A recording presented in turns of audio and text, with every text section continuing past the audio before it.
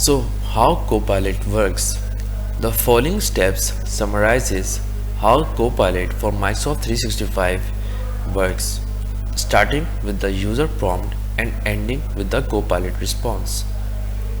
So the first step is grounding method for input precision. A user provides an input or asks a question in an app like Word or PowerPoint. Consultation of Microsoft Graph for user-specific data. Copilot prepares this input using a method known as grounding. This step ensures that responses aren't general but specific and relevant to your task. During this phase, Copilot consults Microsoft Graph to gather related data from your organization.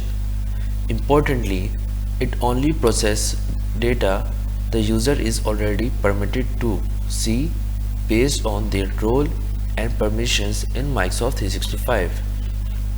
Retrieval augmented generation for data integration.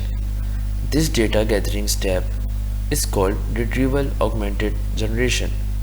It's how Copilot combines the user data with other relevant sources like knowledge base articles to refine the questions for a more accurate answer. Our fourth step is initial answer generation. With the improved input, Copilot consults the large language model to generate an initial answer. Fifth step is answer refinement process. Copilot further refines the answer before sending it back.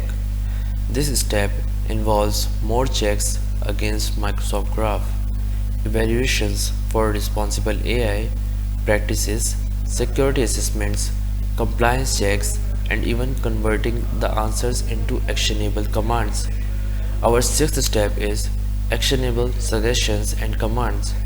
Finally, Copilot offers a well-formed, relevant suggestions back to the user, along with any actionable commands.